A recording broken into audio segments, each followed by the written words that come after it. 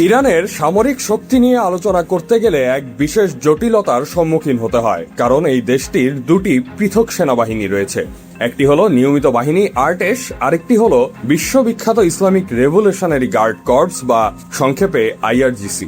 ইরানের এই অনন্য সামরিক কাঠামো শুধু প্রতিরক্ষা নয়, বরং দেশটির রাজনৈতিক ও অর্থনৈতিক ভিতও বদলে দিয়েছে।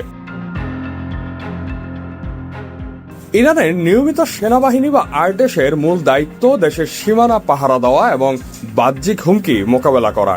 একটি পেশাদার প্রচলিত সামরিক বাহিনী হিসাবে এই বাহিনী কাজ করে, কিন্তু এর পাশাপাশি রয়েছে এক অভিজাত শক্তি, সেপাহ নামে পরিচিত আইআরজিসি। 1979 সালের ইসলামী বিপ্লবের পর এক ডিক্রির মাধ্যমে আইআরজিসি তৈরি করা হয়েছিল।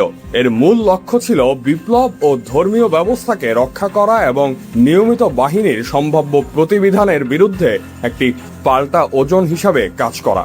একটি সূত্র বলছে এই বাহিনী সরকারের প্রতি নয়, বরং সরাসরি দেশের সর্বোচ্চ নেতা অর্থাৎ আয়াতুল্লাহ খামিনি এবং বর্তমানে মোস্তফা খামিনির প্রতি অনুগত। অর্থাৎ আইআরজিসি হল রাষ্ট্রের মধ্যেই একটি আলাদা রাষ্ট্র। দুই বাহিনীর আকারের দিক থেকেও রয়েছে বেশ পার্থক্য। অনুমান করা হয় আইআরজিসির সদস্য সংখ্যা প্রায় 1,25,000 থেকে 1,50,000। তবে এর সবচেয়ে বড় শক্তি হল সেনাবাহিনীর সমান্তরালে পরিচিত বিস্তৃত কাঠামো।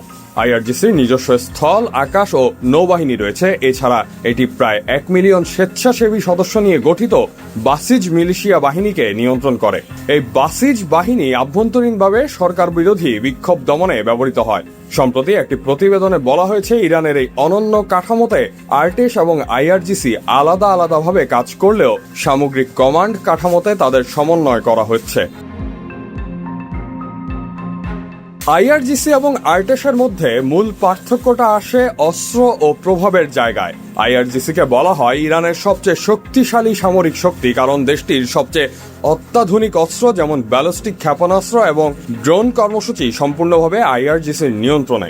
আন্তর্জাতিক বিশ্লেষকরা মনে করেন আইআরজিসি অর্থনৈতিকভাবে অনেক শক্তিশালী।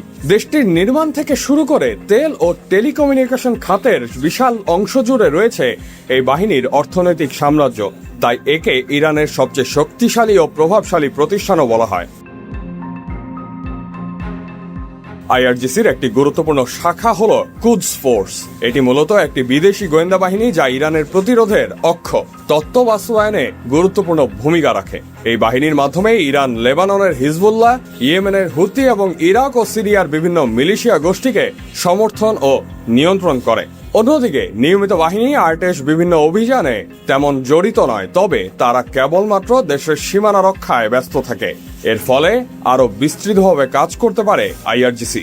সংক্ষেপে বলা যায় ইরানের এই দুই বাহিনীর অস্তিত্বই দেশটির প্রতিরক্ষা ও কৌশলের জটিল কাঠামোকে ফুটিয়ে তোলে। একটি রক্ষা করে দেশের সীমানা, অপরটি রক্ষা করে রাষ্ট্রের আদর্শ ও ক্ষমতার কেন্দ্র।